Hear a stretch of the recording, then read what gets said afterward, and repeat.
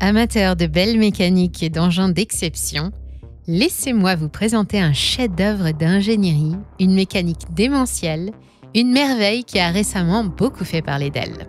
400 mètres d'acier et de puissance brute, bien plus gros que le porte-avions Charles de Gaulle, un pont de la taille de 3 terrains de foot ou 407 terrains de pétanque, 250 000 tonnes chargées avec une capacité de 22 000 containers et une ancre de 27 tonnes pendue à une chaîne de 372 tonnes.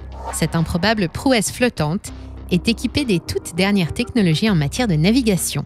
Ordinateur de bord, table tactile, caméra de recul, radar dernière génération ou cartes électroniques.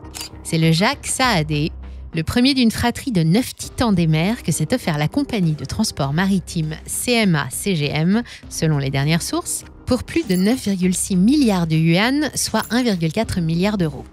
Mais il a beau être chinois, il bat pavillon français. CMA-CGM est basé à Marseille. C'est le 3e plus gros armateur du monde. Ces navires transportent des marchandises sur toute la planète depuis 1978, mais pas seulement. Avant 2020, CMA-CGM n'était qu'un transporteur maritime, certes réputé, mais quasiment inconnu du grand public. En 3 ans seulement, le groupe a brusquement changé de visage, de structure, de taille et d'activité. À la barre, la famille Saadé, actionnaire majoritaire, menée par Rodolphe. Il est jeune, il est respecté, il est milliardaire et il est en train de se construire un empire en rachetant tous les médias qui passent à sa portée. Dans cette vidéo, je vais vous raconter comment, en l'espace d'une pandémie, CMA-CGM a accumulé un trésor de près de 40 milliards d'euros et comment cette manne providentielle lui permet d'intégrer le club très sélect des stars du patronat français les plus influents de l'histoire, aux côtés de Bernard Tapie, Jacques Attali ou Jean-Marie Messier. Une belle histoire qui va parler de bateaux, de vision stratégique, de jeux de séduction auprès du pouvoir et un petit peu d'ambition médiatique. Mais dans ce monde d'influence et d'intérêts croisés, il est vital de pouvoir compter sur une analyse objective et indépendante, et c'est là que nous entrons en jeu. Chez Money Radar, nous n'avons pas de subventions, pas de milliardaires richissimes, ni de grands groupes derrière nous. Nous sommes un média totalement indépendant. En vous abonnant maintenant, vous devenez un pilier essentiel de l'information libre. C'est simple, c'est gratuit et c'est puissant. Vous savez ce qu'il vous reste à faire. Bienvenue sur Money Radar.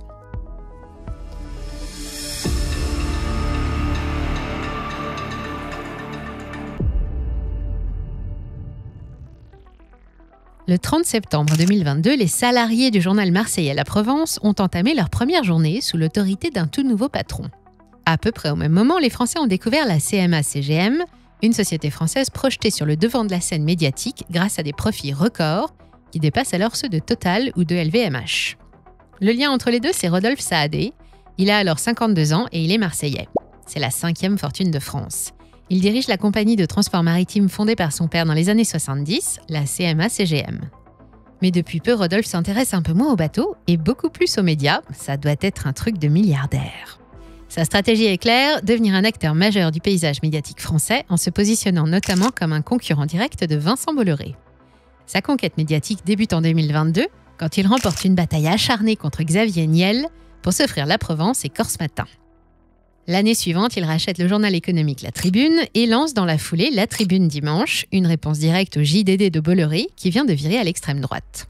En parallèle, il prend une participation dans le média en ligne Brut et acquiert 10% du capital de M6, restant à l'affût d'une éventuelle reprise totale de la chaîne. Mais c'est en mars 2024 qu'il frappe un grand coup. En déboursant 1,55 milliard d'euros, il rachète Altis Media à un autre milliardaire, mais ruiné celui-là, Patrick Drahi. On vous raconte d'ailleurs ses mésaventures dans une autre vidéo juste ici. Cette acquisition lui offre BFM TV, la première chaîne d'infos en continu de France, ainsi que RMC. Pour piloter cet empire médiatique qui ne cesse de grandir, il s'entoure de pointures du secteur comme Nicolas de Taverneau, l'ancien patron de M6. C'est d'autant plus impressionnant que 3 ans plus tôt, Rodolphe Saadé ne possédait encore aucun média. Même si cela ne représente que 3% de ses activités, son influence dans le paysage médiatique français est déjà devenue considérable. Mais il ne s'arrête pas aux médias. Dans le même laps de temps, Rodolphe Saadé est aussi devenu le premier investisseur européen dans la logistique et les transports. Il rachète pêle-mêle Colis Privé, Seva Logistique, Jeffco, Bolloré Logistics pour 4,6 milliards d'euros, puis il rafle 9% d'Air France KLM. Il investit dans des ports et des terminaux aériens, il s'offre 4 Airbus et renforce ses filiales en Asie, aux États-Unis, en Australie, en Inde ou encore au Maroc. Ce shopping délirant lui coûte plusieurs milliards et fait de la CMA-CGM le 5e plus gros acteur logistique est le troisième plus gros armateur au monde. Mais c'est qu'il a beaucoup d'argent à dépenser, un trésor dont le montant affiche 11 chiffres que la CMA-CGM a accumulé pendant la pandémie de Covid-19. La compagnie maritime fait partie de ces entreprises chanceuses à qui les confinements ont le plus profité. Souvenez-vous, ces semaines un peu hors du temps où tous ces gens enfermés n'ont eu d'autre distraction que de regarder Netflix et de passer des commandes sur le net. Tous ces biens fabriqués aux quatre coins du monde, il a bien fallu les transporter. La surchauffe du transport maritime a donc fortement bénéficié à la CMA-CGM, qui a augmenté ses tarifs sous la pression de la demande jusqu'à les multiplier par 7 au plus fort de la crise. En tout, entre 2020 et 2023, le groupe a encaissé près de 43 milliards d'euros de profit et se retrouve assis sur un magot qui brûle les doigts de Rodolphe. Alors, que veut-il exactement? Et d'abord, c'est qui ce type? Rodolphe est un homme discret. Il se dit lui-même mal à l'aise face à sa soudaine notoriété et refuse poliment les sollicitations des journalistes. C'est un vrai globe-trotter, il est né au Liban, a étudié à Montréal et a commencé sa carrière dans l'entreprise familiale en 1994 à New York, puis à Hong Kong. Il dirige la CMA-CGM depuis la disparition de son père Jacques en 2018. Aujourd'hui, il vit à Marseille, sa ville de cœur, qui les a accueillis lui et sa famille quand ils ont été chassés de Syrie, où son père avait fondé une première société. Jacques Saadé, le patriarche, est une véritable légende du transport maritime. Il a été le premier armateur européen à aller jusqu'en Chine. Il a aussi été le premier à utiliser les containers et les bateaux chargés de les transporter. Pour lui, il a fallu adapter les infrastructures portuaires du monde. Ensuite, il a été le premier à travailler avec d'énormes machines flottantes, des titans comme le Jules Verne, lancé en 2013, dont la longueur dépasse la taille de la Tour Eiffel, l'Antoine de Saint-Exupéry et ses 396 mètres. Puis viendra le petit dernier, le navire amiral de la CMA-CGM, le Jacques Saadé, commandé en 2017 à un chantier naval chinois en 9 exemplaires. Côté personnalité, comme son père avant lui, personne n'impressionne Rodolphe Saadé, et même si officiellement il ne fait pas de politique, on le sait proche du pouvoir. On lui connaît peu d'amis, mais on l'a vu plusieurs fois à Davos, comme en 2020 et 2022, et les Saadé entretiennent de bonnes relations avec de grandes figures politiques comme François Hollande ou, plus près de nous, Emmanuel Macron. Notre président qui s'est déplacé en personne pour inaugurer le centre de recherche de CMA-CGM à Marseille en mai dernier, invite régulièrement l'homme d'affaires à l'Élysée et reconnaît lui vouer une grande admiration. Rodolphe ne cache pas non plus son amitié avec l'ancien secrétaire d'État au transport de François Mitterrand, Jean-Yves Le Drian, mais Rodolphe Saadé est un homme respecté par la classe politique, quel que soit le bord. À Marseille, où son groupe domine l'activité économique régionale et sponsorise l'OM, il a longtemps pu compter sur le soutien de l'ancien maire, Jean-Claude Gaudin, puis du nouveau, Benoît Payan. On ne sait pas exactement combien, mais on estime les dépenses en actions de lobbying auprès des États-Unis, de l'Union européenne et de la France à plusieurs millions d'euros par an. CMA-CGM appartient toujours pour 75% à la famille Saadé. Aussi, elle n'est pas cotée en bourse. On ne peut qu'estimer sa valeur en fonction de ses actifs et de ses résultats entre 40 et 55 milliards de dollars, mais on peut saluer la performance quand on sait que l'entreprise a failli couler plusieurs fois. Comme en 2008, par exemple, après la crise financière.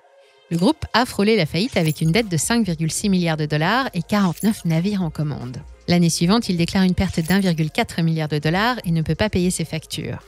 Il s'en sort en obtenant 500 millions de dollars d'un industriel turc en échange de 20% des parts et 118 millions d'euros du Fonds stratégique d'investissement de la France contre 6% des parts.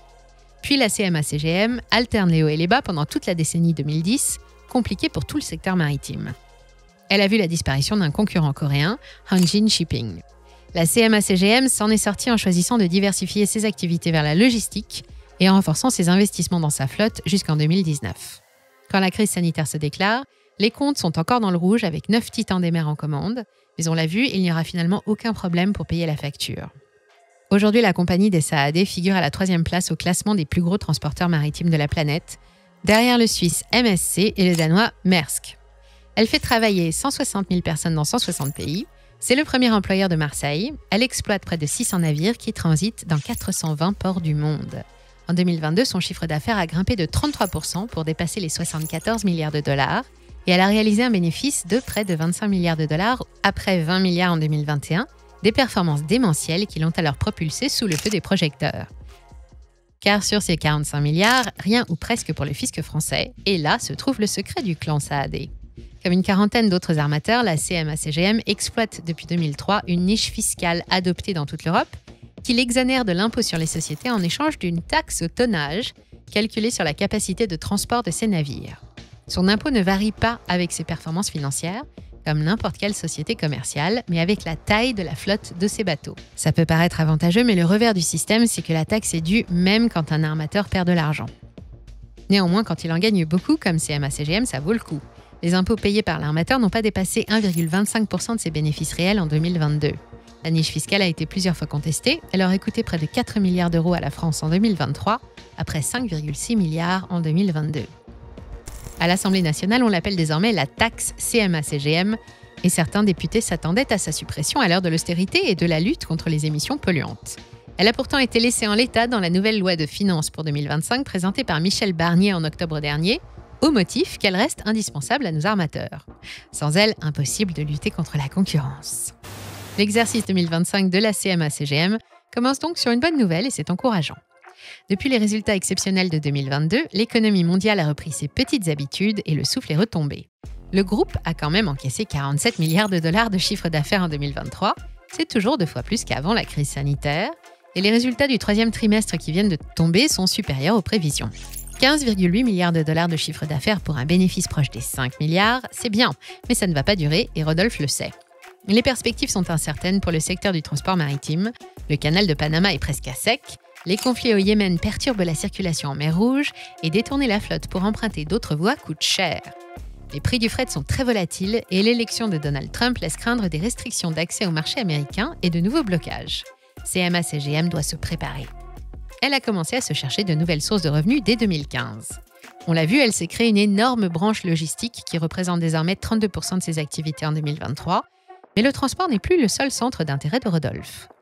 Le groupe s'est associé à l'ancien directeur de Google, Eric Schmidt, et au Français Xavier Niel pour fonder et financer un laboratoire de recherche sur l'intelligence artificielle, et il a aussi investi dans la start-up Mistral AI. Mais ce n'est pas tout, Rodolphe ambitionne aussi de devenir le leader européen de l'équipement en panneaux solaires. Pour ça, il a lancé un fonds d'investissement baptisé Pulse, qui finance la construction d'une gigantesque usine de fabrication de panneaux solaires à Fos-sur-Mer, capable de répondre à la concurrence chinoise. Et pour terminer la liste des courses, on note qu'il s'est aussi récemment fait une petite place dans le transport de passagers avec Brittany Ferries ou la compagnie méridionale. Transports aériens et maritimes, logistique, énergie, technologie, médias, tourisme, on parle désormais beaucoup de Rodolphe dans les médias, les siens et ceux des autres. On l'appelle le nouveau Bolloré, le tycoon des médias, l'empereur des océans et aussi le chouchou du président. La construction express de son empire médiatique soulève des questions. On le soupçonne de se fabriquer son outil personnel capable de faire pression sur les dirigeants politiques et les personnalités influentes en Europe pour favoriser ses affaires. Cet outil puissant est arrangé dans une boîte déjà bien remplie, à côté de la fondation familiale dirigée par la seule de Rodolphe, Tania, chargée d'améliorer l'image du groupe. Depuis sa création en 2005, elle s'est insérée dans le paysage économique en soutenant des dizaines de jeunes entreprises en France et au Liban. Elle a déjà financé plus de 500 projets éducatifs ou caritatifs et ses actions pallient régulièrement les défaillances des collectivités locales. Elle a par exemple payé la construction de nouveaux entrepôts de la Banque alimentaire à Marseille et elle intervient de façon permanente au Liban, la terre natale des Saadés en crise depuis 2018. À Beyrouth, la fondation CMA-CGM a quasiment pris le relais de l'État après l'explosion du port et la dépression qui a suivi. Ces bateaux transportent l'aide humanitaire gratuitement pendant que la fondation finance l'installation de panneaux solaires pour fournir de l'énergie et assure la logistique de la Croix-Rouge libanaise. Elle a donc le mérite de travailler à l'amélioration de l'image de la CMA-CGM, si tant est que ce soit possible. La compagnie évolue sur un des secteurs les plus salissants et les plus perturbants pour les milieux naturels, et chaque année, elle est responsable de l'émission de 29 à 30 millions de tonnes de polluants atmosphériques. Rodolphe Saadé a pourtant promis la neutralité carbone en 2050, et ça commence avec ses 9 navires commandés en 2017, qui sont propulsés au gaz naturel liquéfié. Ils émettent environ 23% de GES et 95% de particules fines en moins qu'un bateau propulsé au fioul, mais c'est quand même pas l'idéal. Le méthane qui s'échappe des moteurs au GNL aurait un impact 80 fois supérieur à celui du CO2 sur une période de 20 ans. Son concurrent, MSC, semble avoir trouvé la solution et lui arrache quelques longueurs d'avance. Il vient de faire l'acquisition d'un colosse des mers chinois encore plus gros que le Jacques Saadé, mais surtout zéro émission puisqu'il tourne au thorium, autrement dit au nucléaire. Il est aussi plus gros que l'Ever Given, le porte-container qui a bouché le canal de Suez en mars 2021. Pour le moment, il n'existe qu'à l'état de plan, mais le projet vient d'être validé par les autorités chinoises et le temps est désormais compté pour la CMA-CGM. Mieux vaut garder un peu d'argent de côté. Apparemment, le combat avec la transition énergétique ne fait que commencer et ce sera certainement son plus gros défi. Mais on ne s'inquiète pas. Comme on vient de le voir, Rodolphe s'est bien préparé. Il a son carnet d'adresses, sa présence mondiale et maintenant son empire médiatique à lui. Alors on lui souhaite bon vent et on garde un œil sur l'évolution de son conglomérat et sur les discours de ses médias, dont il a promis de préserver l'indépendance éditoriale.